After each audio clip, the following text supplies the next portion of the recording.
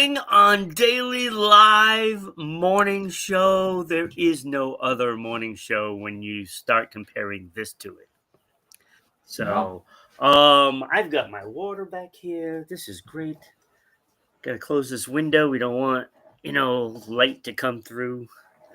Look, Tony, welcome. We are doing the show again. I feel like we've been doing this like 3-4 times in a row with us.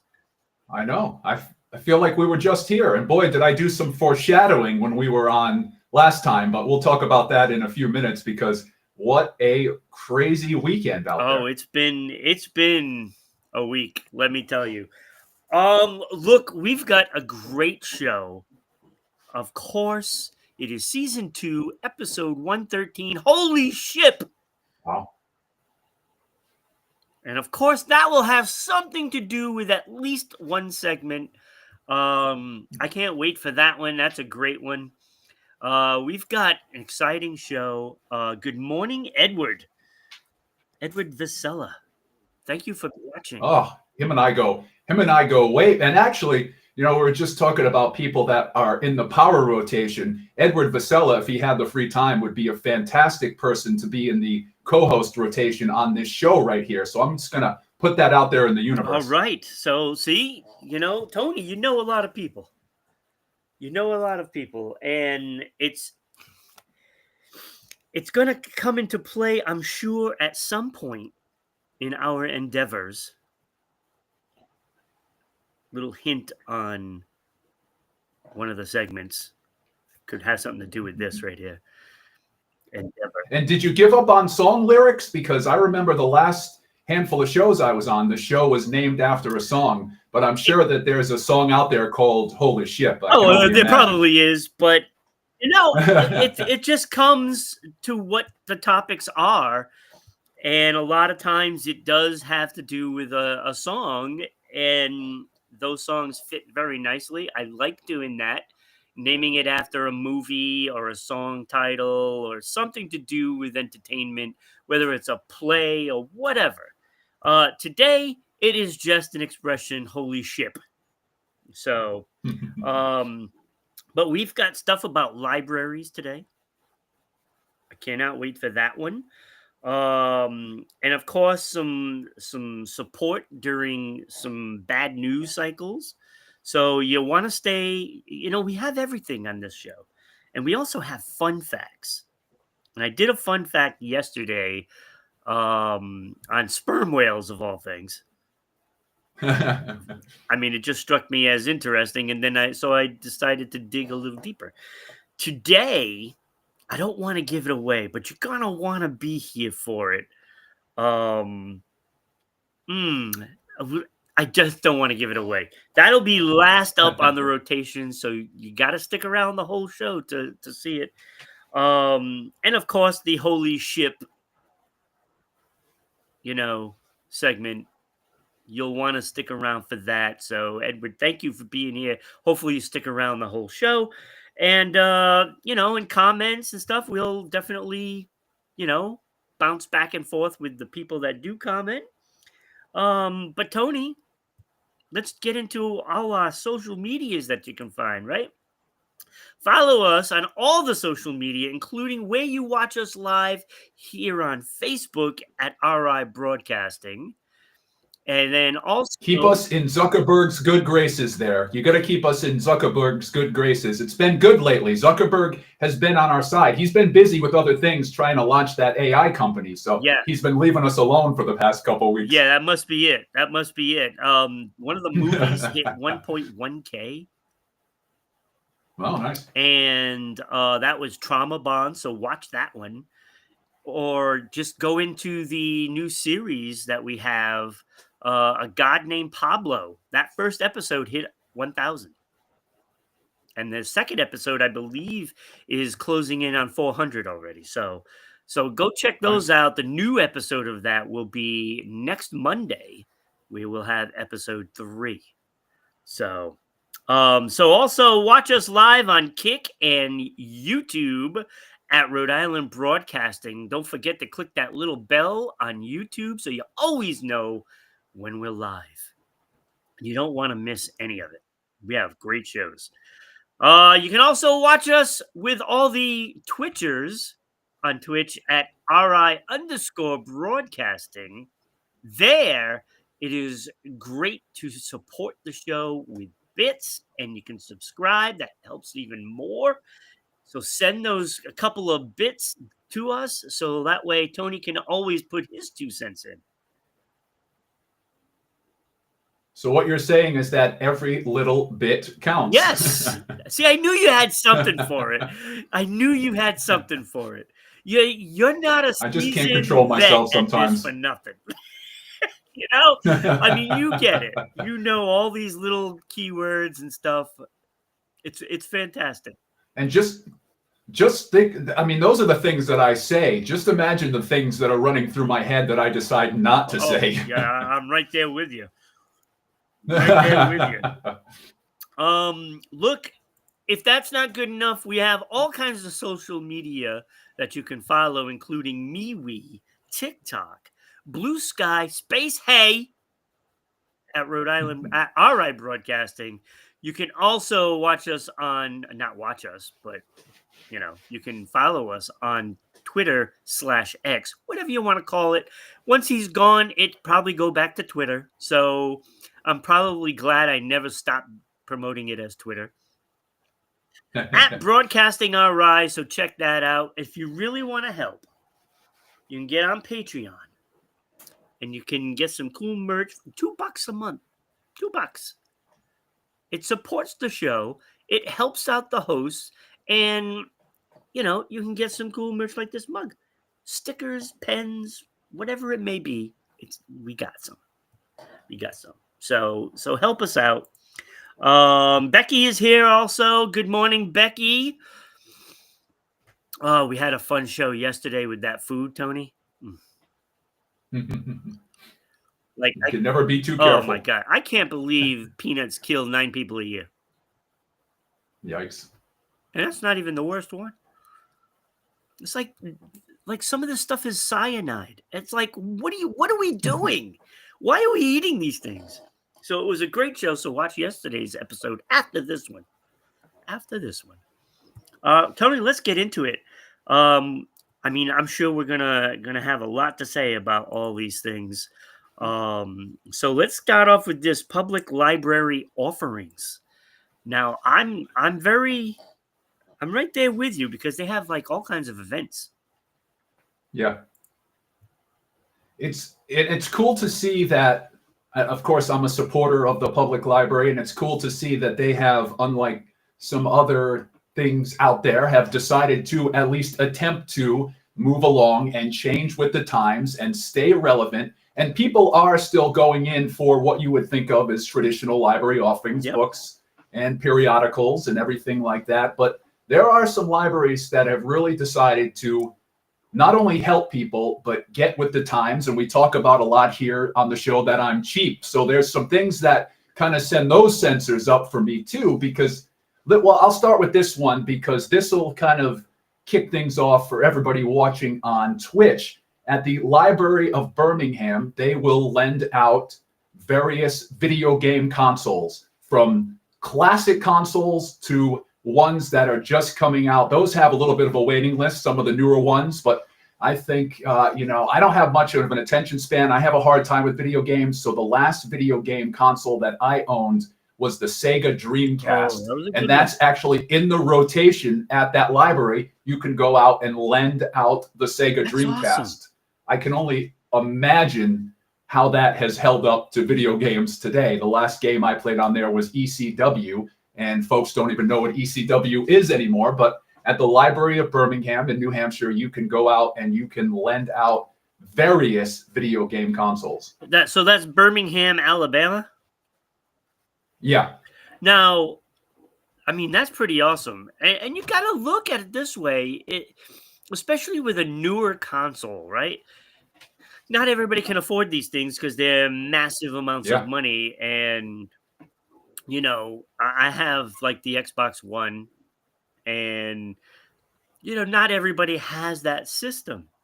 So they can't play a lot of these new games anymore. But if you can go to the library and you can take that out, I mean, that's fantastic. or have a try it before you buy it situation where if you are Yeah. thinking, oh, I'm going to drop, hundreds of dollars on a game console, at least let me get it home and use it a little bit first. Becky says, Crash Bandicoot on PS1 was my favorite. That's an awesome game. That's an awesome game. PS1 was a really good system. I liked it. I liked the Sega Genesis. I had that back in the day. That was my favorite one. And the Xbox 360 was my favorite Xbox, where you can actually play a game without having to go online. Now, you can't play any of these games unless you go online at least once, in a day for Xbox, and most of them can't play unless you are actually online. So it's not. It's a little more difficult these days, and it's getting expensive. Yeah. If kids got to experience James Bond on 64 or Sonic on Sega Genesis, can you imagine?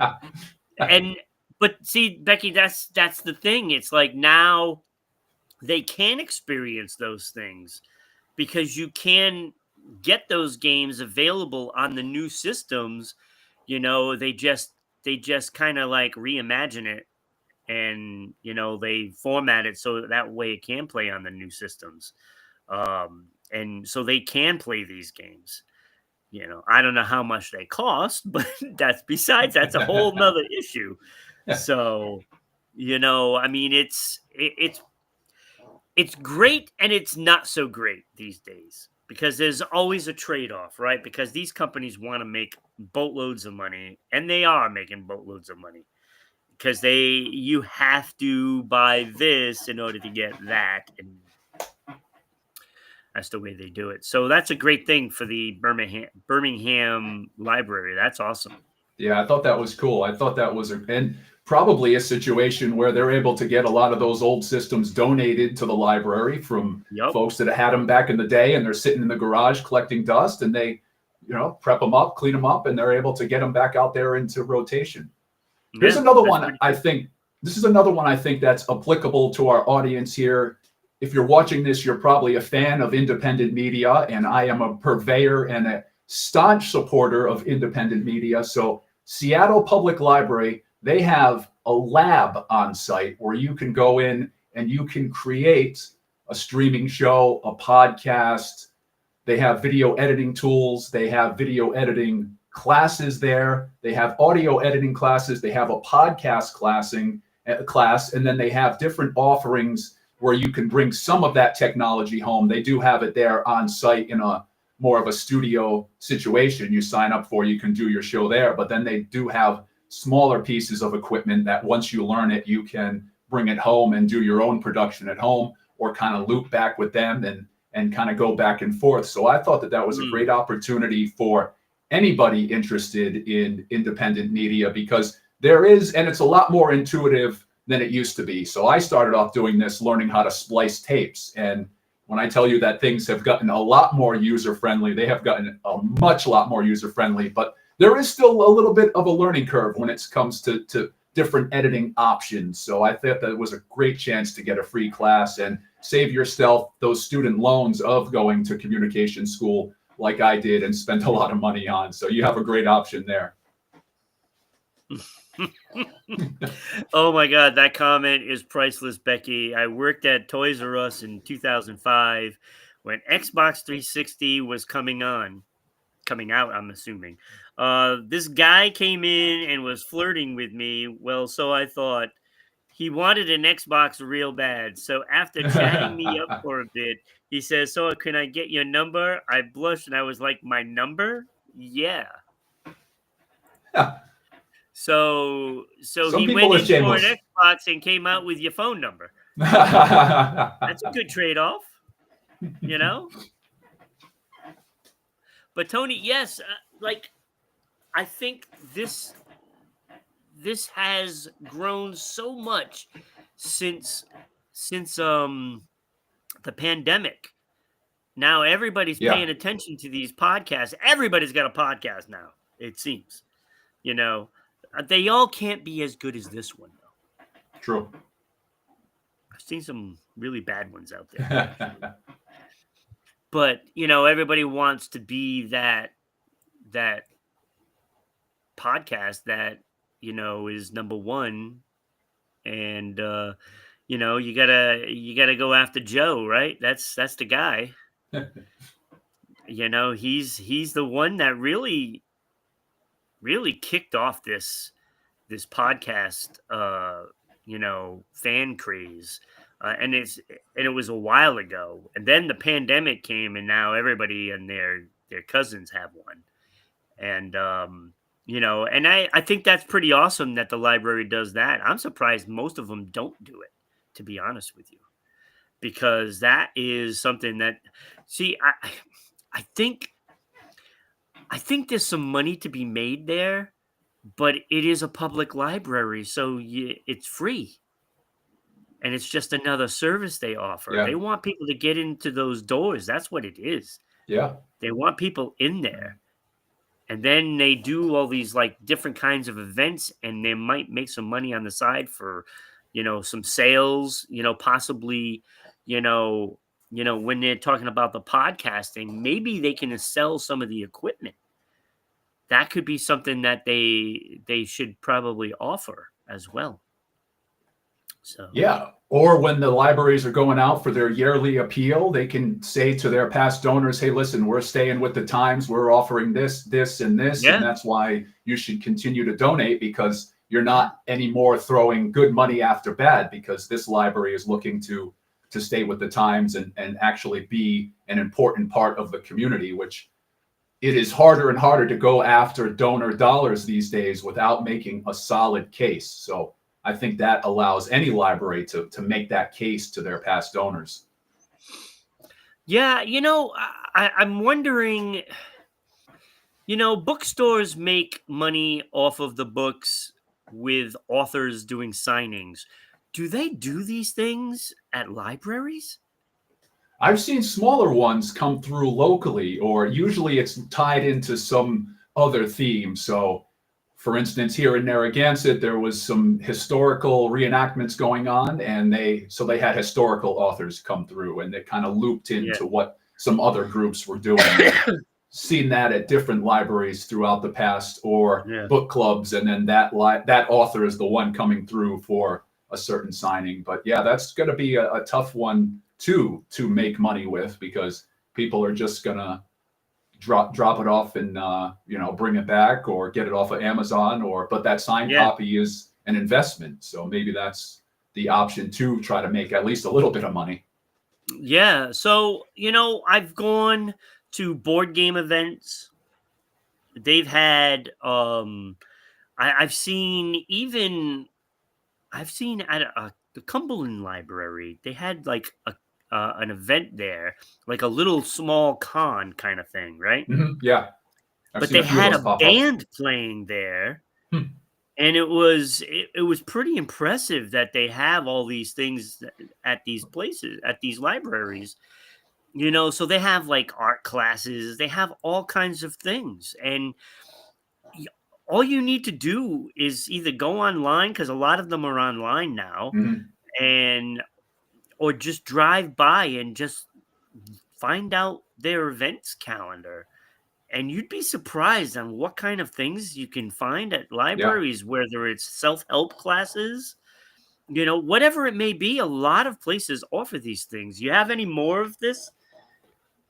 I have one more, which I think is hugely interesting, but this is jumping over to the UK, so maybe not a lot of people have gotten there here yet in the States, but in Hampshire, UK, they have the equivalent of a small gym as part of the library offerings. In the basement, there's just, it's just a basic setup, but not everybody, even with the big box gyms being $20, $25 a month, not everybody can afford to add that into their various subscriptions. So they have a small gym in the basement of the library, free weights, cardio, but then they also offer classes to go along with that, which you do see at different libraries here. You'll see yoga classes and meditation classes, but they have fitness classes as part of the gym, and then the gym itself, where you can go in just like your regular gym, but you scan in with your library card instead of your Planet Fitness card, and there's that small gym in the basement there as part of the library.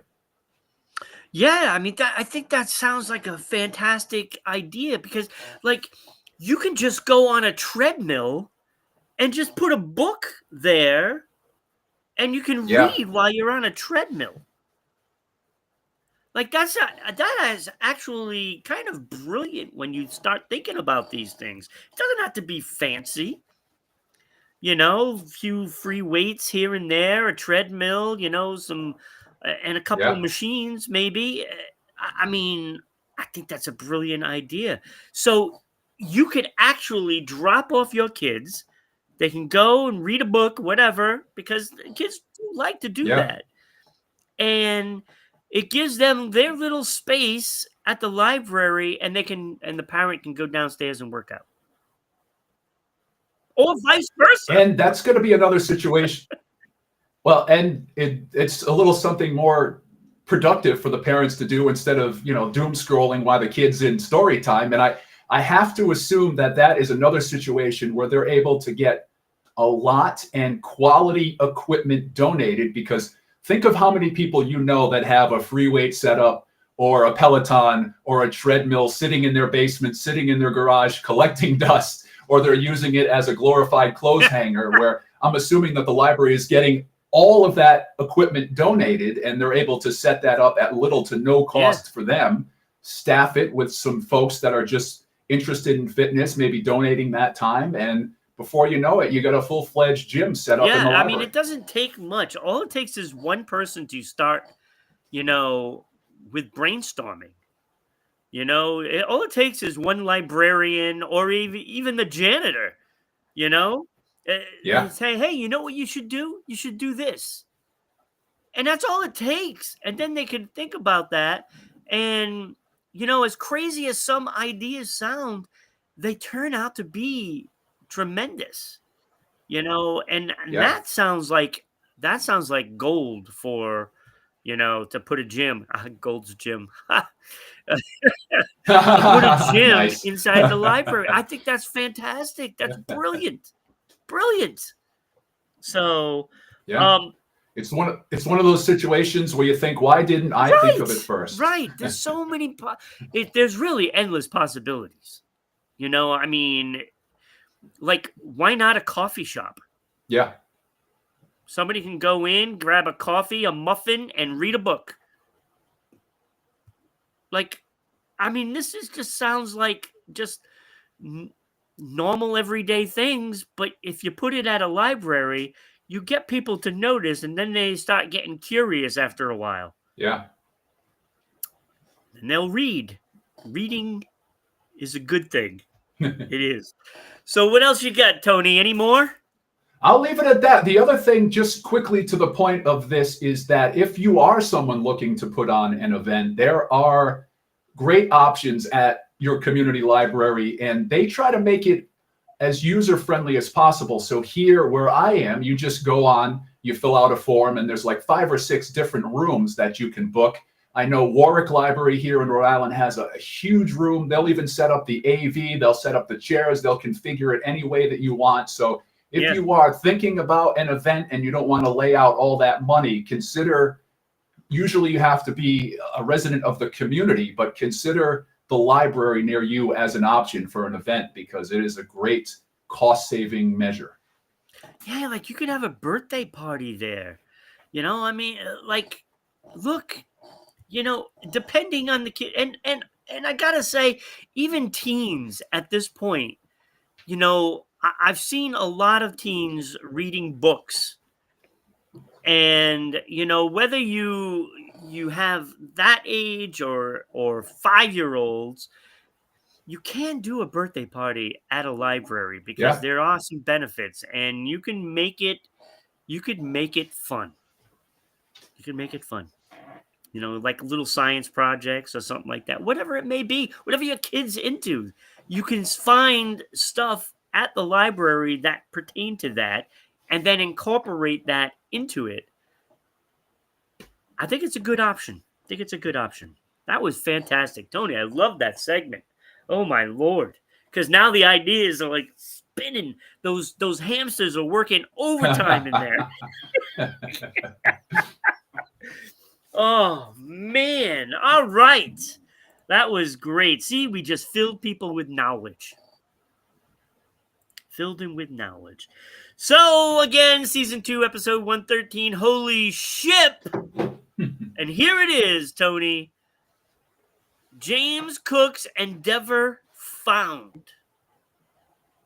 Where did they find it? Right here in Rhode Island. Right. Right here in Rhode Island. Now, there's a little bit of stickiness around this one, with two groups pertaining this. But let's start off with the facts before we get into that part of it. Captain James Cook, famous lost ship, the HMS. It sounds like some sort of a health business or something. HMS Endeavour has been found off Rhode Island after 250 years. 250 years. So, the Australian National Maritime Museum reported this after searching since 1999. Jeez. Now, Daryl Karp, the museum director, this is what he said. It was a culmination of 25 years of detailed and meticulous archaeological study that included underwater investigation in the U.S. and research in institutions across the globe. Now, 1768 to 1971. Yeah, 1771. This ship circled the globe, and the first European ship to land in East Australia and circumnavigate New Zealand.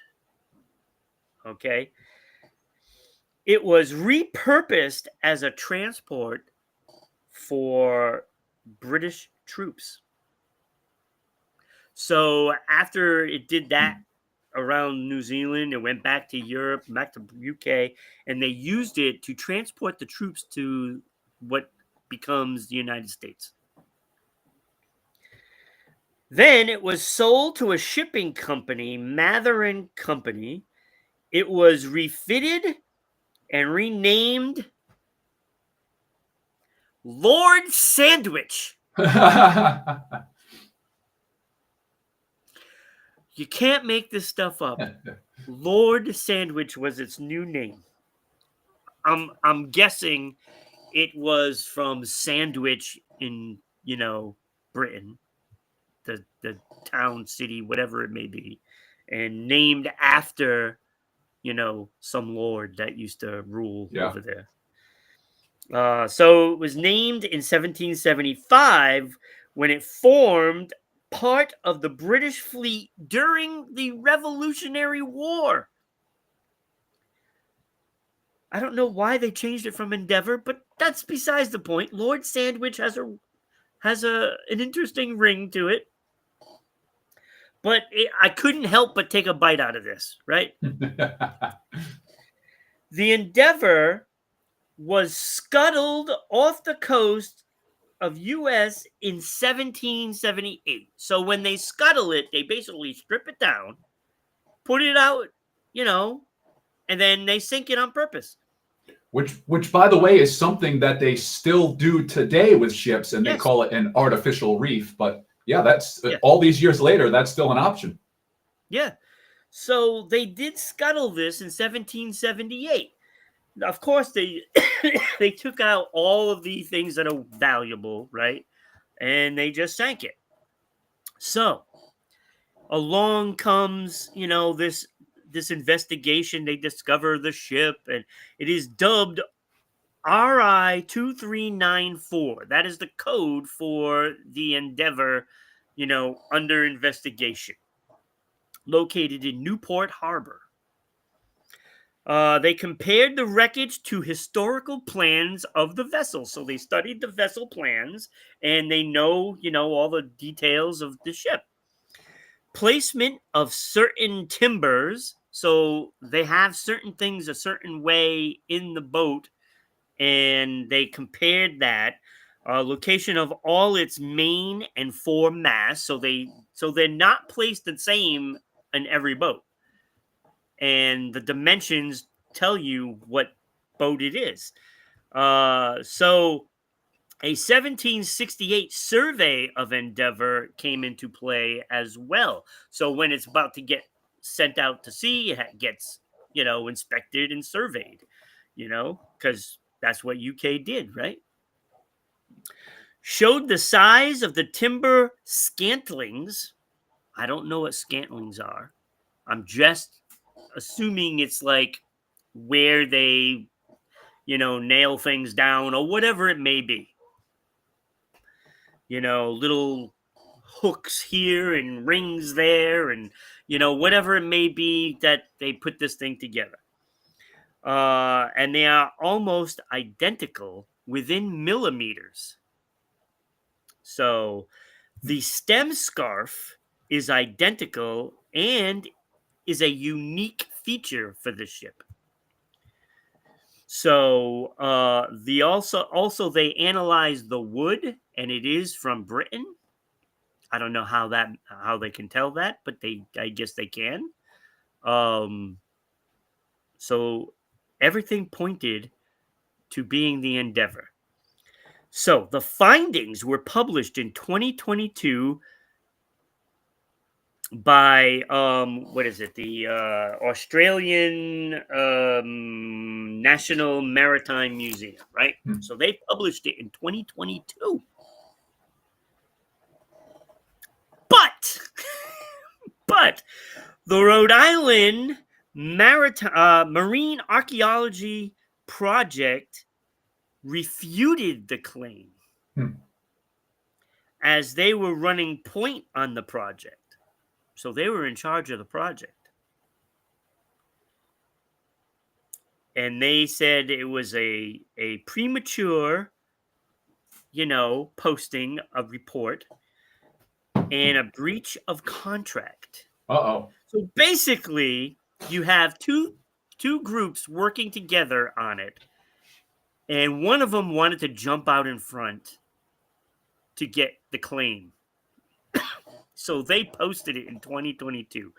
So it's not official till now because of all the legal issues that these two groups, came about. And, so it was more along the lines like, this is actually true, but they wanted to be the ones to report it. Yeah. And the other group jumped the gun because they wanted to report it too. And so there's a lot of breach of contract stuff going on. Lots of things that say it is the Endeavour, and there is nothing that says that it's not. So, I mean, it is the Endeavour. That is, but they just got their butts hurt because they wanted to be first. They can't work together. You can't report it together. Yeah, why not? Really. So it was a lot of pettiness. That's why it's been 3 years, and then they finally divulged this, because I guess it was in the courts. So when it's all said and done, it is the Endeavour because the proof is there. There's only when it comes to those ships back then, they were not mass produced. Yeah. It was built. This is the way it is. It has certain amounts of this and a certain amount of that. It has a certain height on the mast, whatever it may be. It's all there on the plans. Yeah. They still have to report the plans and give the plans of the vessel to turn it in order for it to be official. And thank God that there is actually stuff like that you can actually tell. Now everything is a cookie cutter. And on top of that, the tradition was if you knew you were staying here, you took your ship over. Then when you got here, you disassembled your ship and you used that to build your house. You used that for shelter. So a lot of ships didn't end up back in the water. They ended up houses here in New England. So it's even less of Yeah. a chance of not being able to identify it. Right. So I think it's pretty awesome that a famous ship was found here in Rhode Island. Um, there's probably others, I'm assuming, and the whole East Coast is probably littered with sunken Yeah. ships. Because of the Revolutionary War, or even Civil War. I'm guessing. So I love history, and I love the fact, and I love this Captain James T. Cook instead of Kirk. It's pretty funny. I just love the fact that these days you can't go without a lawsuit. You just can't do it. I'm just surprised it took 250 years to figure out what ship is what that's sunken out there.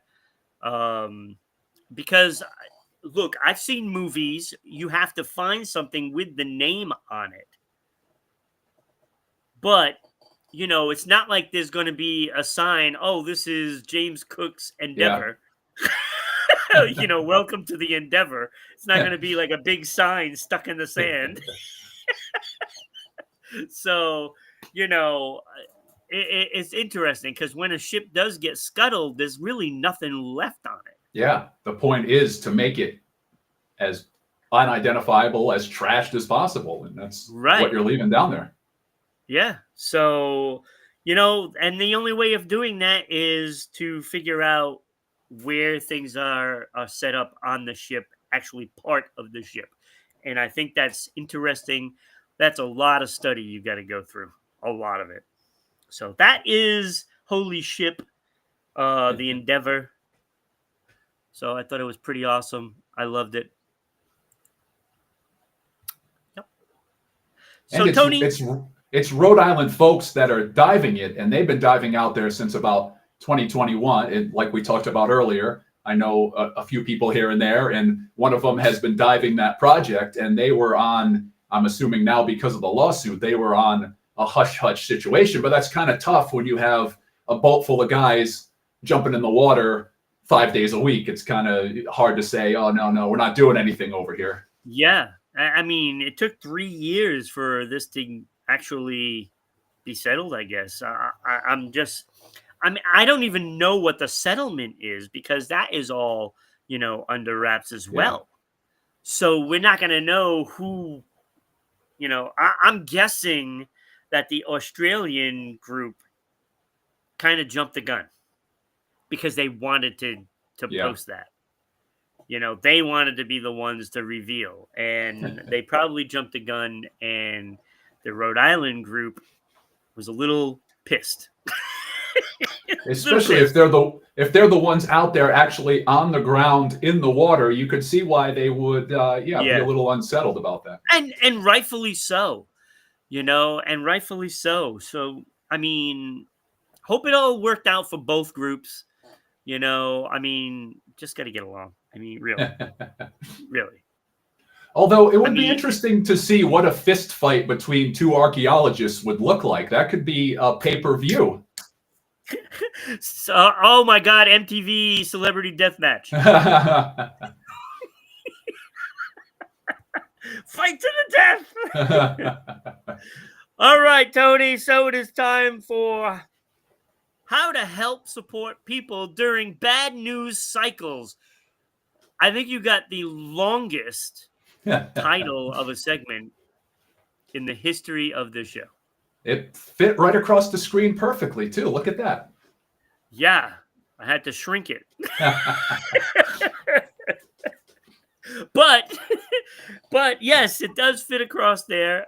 We had to take out our names, so now you have to actually read these right here. So look, we've experienced that a lot. Everybody has. And this week has been a difficult week. Yeah. So explain Let's get into it.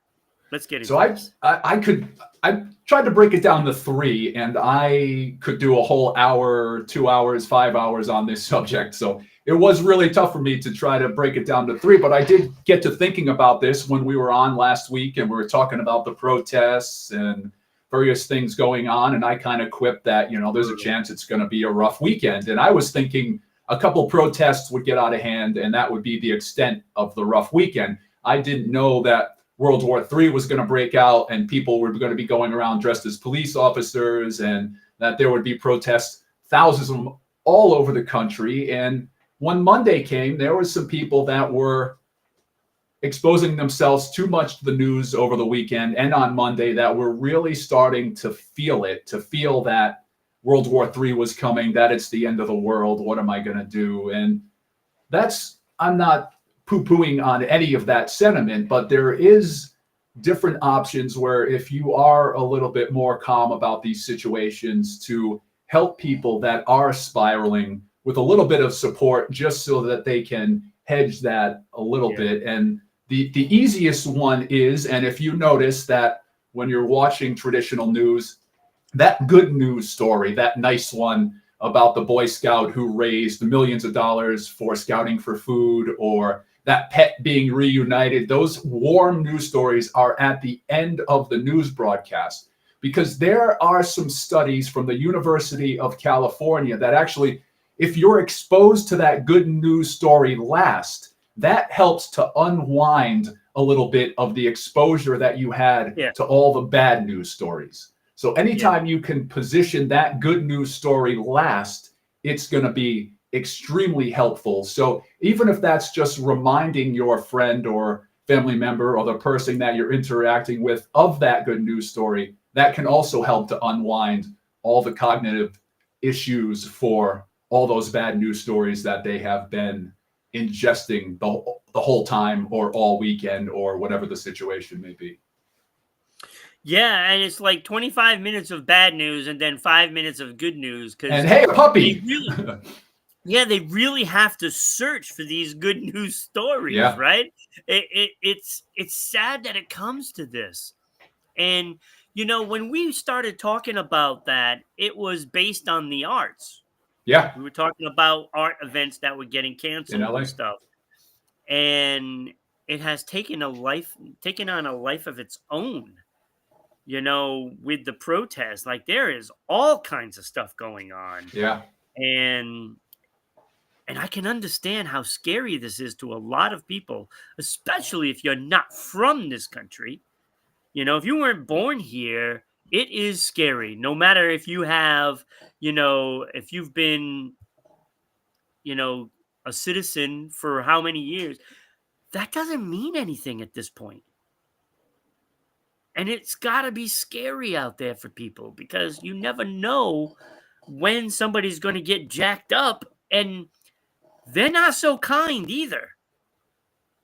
They don't handle most cases with dignity. And now you've seen all the people that got arrested, all the veterans that got arrested, in Washington, D.C., all over the place.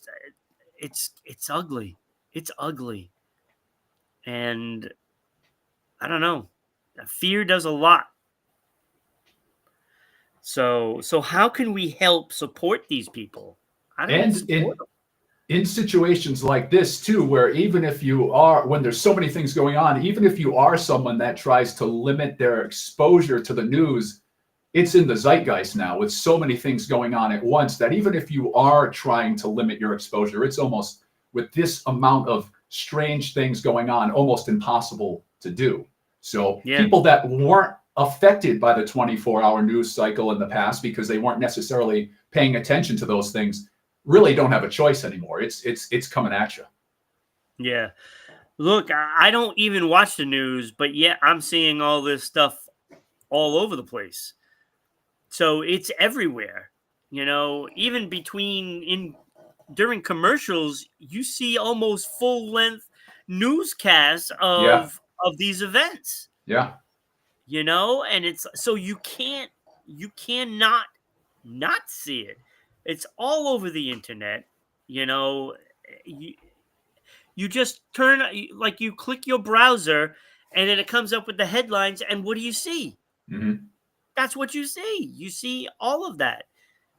Everything is about ICE, and you're going to see it over and over and over until things settle down. And I don't know when that's going to be. I don't know. Yeah, could be a while. Yeah. So, I mean, everybody's got friends from different countries. And you just got to be there to support them. And you got to help because they're nervous. Everybody's nervous because you don't know, like parades and stuff like that. They had a military parade that got out of hand. Like everything's out of hand, Tony. So you gotta be there for your friends that are going through it. If you know that they're from another country, it doesn't matter what country they're from. Really doesn't. They're nervous and they're feeling the anxiety. So you gotta talk to them. Gotta be there. Just like little Michael said, "I'll be there." Little Mikey. So are there places that they can go to talk about this, or is that not good either? Because if you go somewhere to talk about it, Yeah, and unfortunately, of course, we joke about the algorithms here quite a bit because they jam us up from time to time, even though they've been my friends in the past. But it has a situation where the more of this you look up, the more you're going to be exposed to it, and this is one that I use quite a bit myself personally, is to remind people what the business model is. And I think that people that aren't necessarily interested in media or have a media background or have studied these things, they really think that news is just a simple public service. They're getting their news, they're consuming their news, and that's it. And I don't have necessarily an issue with the business model of the fact that they need to sell you advertising. So the business model really is to get you to spend as much time as possible so they can charge more for their ads because they can show their Nielsen ratings and say you're getting this amount of exposure, or with Google AdWords, the amount of clicks that go through. So sometimes just a simple reminder to someone of how those algorithms work. So this is why you're being exposed to these many negative things. And the fact that the newscast you're watching is a business, and their business model is based on you spending as much time paying attention to their content as possible, which is why they need to do that. If it bleeds, it leads. 80% bad, one little nice news story, maybe some public service announcements, because that's how they're getting paid. That's how they're making money. That's what's keeping them going. It is the news business, and that's how they need to have your attention. And that negativity is what's going to hold your attention.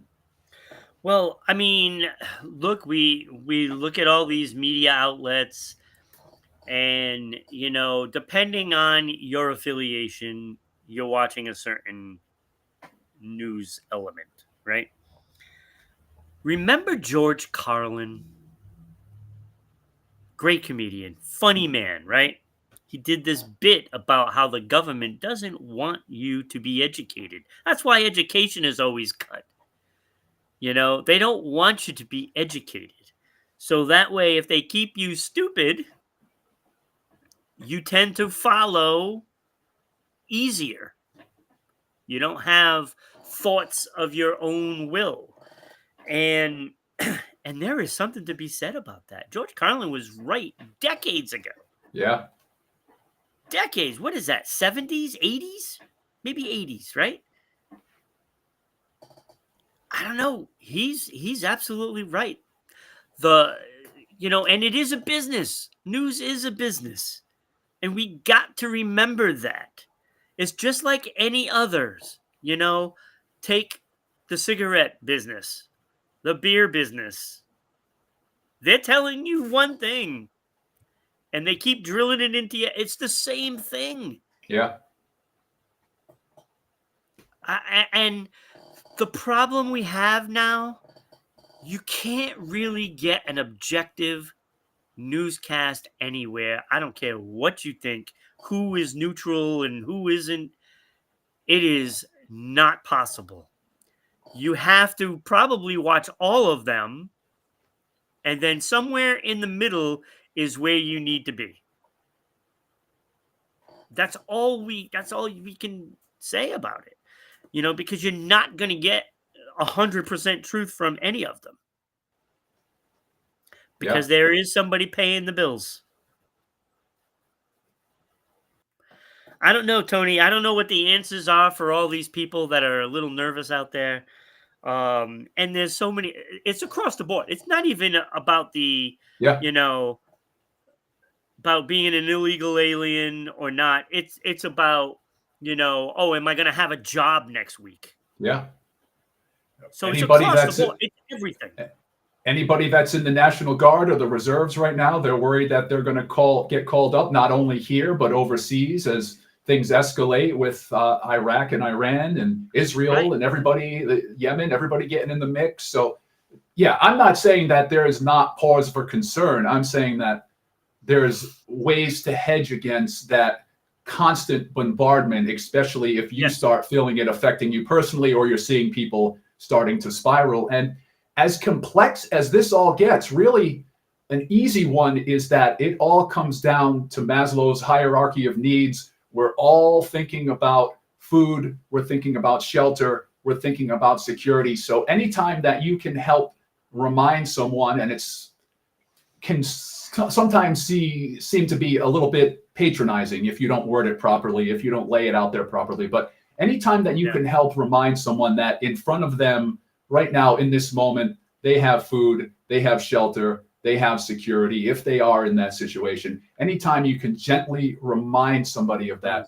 it helps hedge against all of this. They're able to get that quick respite when they take all of that Yeah. into consideration. Yeah.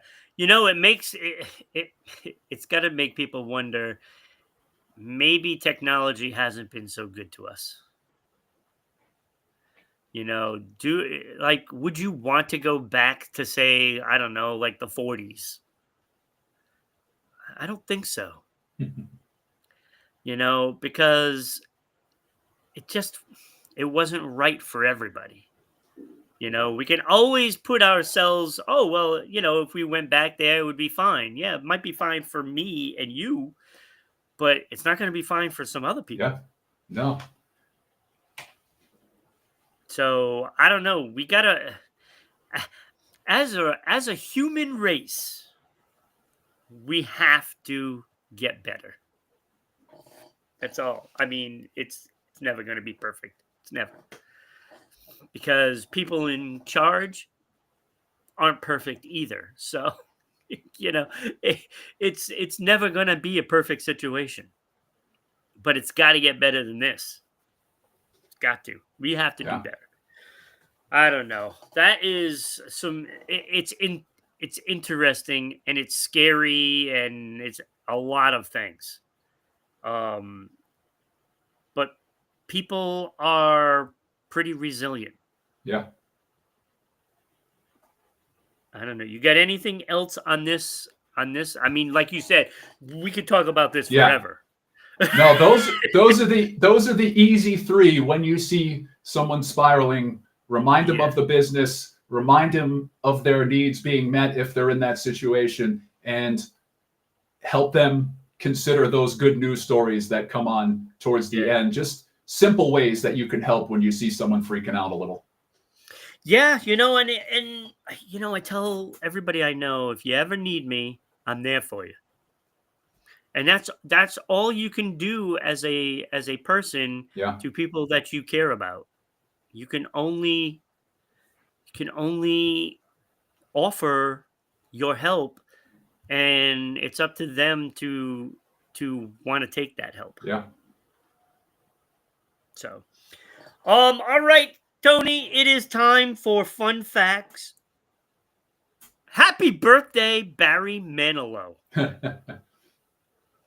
Barry Manilow's birthday today. So I decided, hey, let's go over this Copacabana song. So I did fun facts of Copacabana, and all I have to do now is find it. So there's a lot of things. First of all, this was certified gold with 1 million sales. 1 million sales. Wow. Not a bad single, right? Pretty good. Do you know it never hit number 1 anywhere? It hit number 8 on the Billboard chart here in the United States. The highest it went was number 2 in Canada and France, and I'm guaranteeing that Becky probably bought it. On 8-track. She has to, right? The 8-track. That's great. But I think Becky was not, I don't know if she was around when it first came out. Because that was like, what, 79? It's 1978 it was released. He won a Grammy for Best Male Pop Vocal Performance with that song in 1979. So I don't think she was like grooving to the disco era. So he did win a Grammy for it. Obviously, it was inspired by the nightclub in New York City. And it was the best place north of Havana.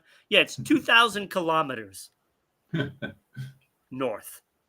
So, what is that? Like 1,500 miles or something like that? I don't know. Maybe less than that. Maybe 1,000. So, I don't have the number to conversion. So, 2,000 kilometers. It's a long way. It's a long way. Well, it's Cuba. So it was inspired by the nightclub in New York City. It's funny because Barry Manilow and Bruce Sussman had a conversation about if anyone had named a song Copacabana before. And they had this conversation at the Copacabana Hotel in Rio de Janeiro. Wow. That's where they had the conversation, and that's where the nightclub was named after also, because the hotel is named after the beach. So Copacabana is actually the beach in Rio de Janeiro, and the hotel and the nightclub was both named after that beach. See, Copacabana is actually a beach. In the 1960s, Barry Manilow was a frequent visitor at the New York club, and then, of course, later did the song. Yeah. Let me see. All right. So Lola Falana was the inspiration for the Lola character in the song. So she was a showgirl, famous, did the tours and stuff like that. So she did all the nightclub scene, from all over the place. So she was named in there, and then had a thing for the bartender, Tony, and then Rico ended up shooting him. Of course, that's the story in the song. So it's really a sad song when you really think about it. And people dance to this thing like it's it's all happy, right? No, it's a tragic story. So what it all comes down to is that the club owners were convicted of tax evasion, and the club shut down in 1980 after they got convicted. Then was sold to Mark Fleischman, who reopened it and then sold it in 1984. Wow. Quick flip. And then those owners closed it in 1986. That is the story of Copacabana. So, like the tragic story in it, it's like everybody's dancing and stuff like that. And, and it really tells a tragic story because, the fight breaks out and, who shot who, the whole thing. And oddly enough, with my serendipitous ability to loop anything to anything, so back in my pro wrestling days, I used to be in a tag team called Cabana Force, and it was based on this song. Unbelievable. Tony, why Yep. am I not surprised you had a story to this? Long live Cabana Force. Now, you've DJ'd a lot, right? Yeah. Have you played the song while DJing?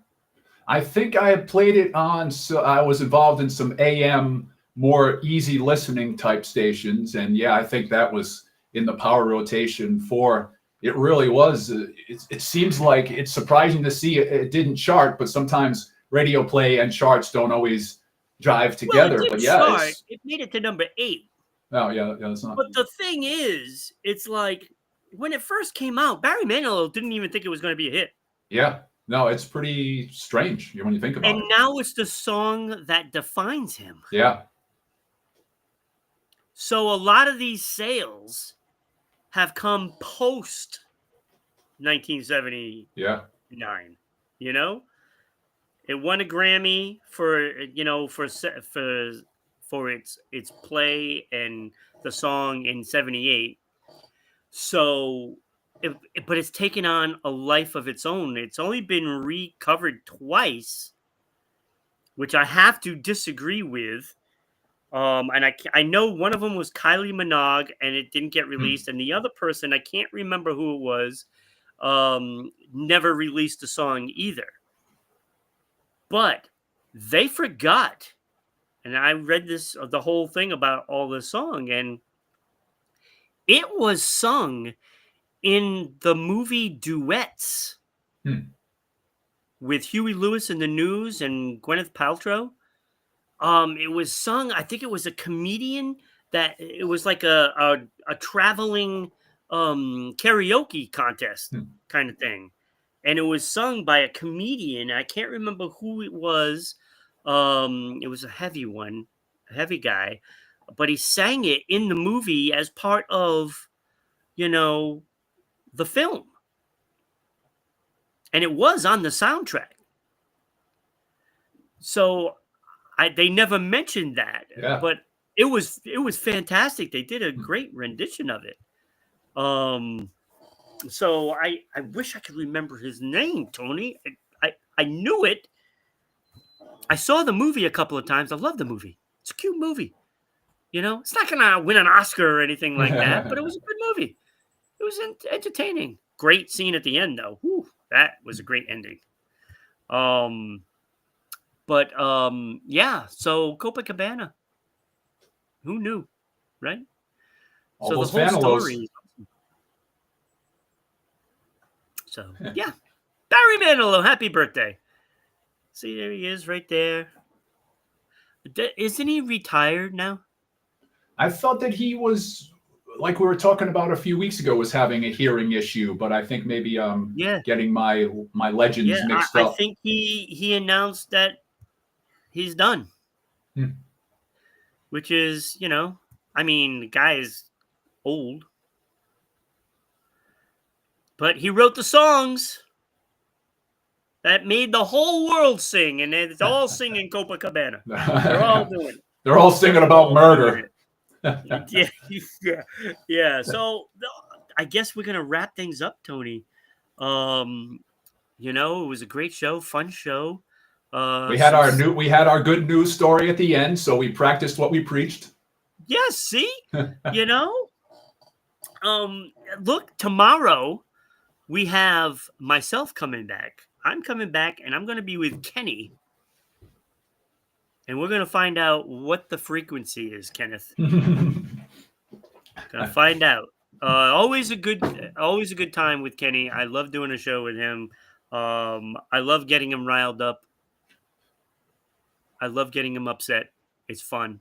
I'm sure I'll have something to make him, just shake his head. And, I'm sure he'll have a make Ron say what tomorrow. I didn't say what last time. I was actually a little upset last time. his things kind of made me upset, Hmm. you know. But you know, it is what it is. So look, get on the social media, follow us, like us, share us. Please, sharing is caring. You can also find Going On Daily on Facebook at Going On Daily. So look us up and find the Facebook page, follow us, and you know, make everything happen. Let's get this out there. I want to thank everybody for being here today, including Tony's friend. What's his name, Tony? Ed Vasella, also known as DJ Psycho Eddie. Psycho Eddie was watching today, as was Becky, of course. Becky will be back on Thursday with JJ, and we're gonna have a guest on Thursday.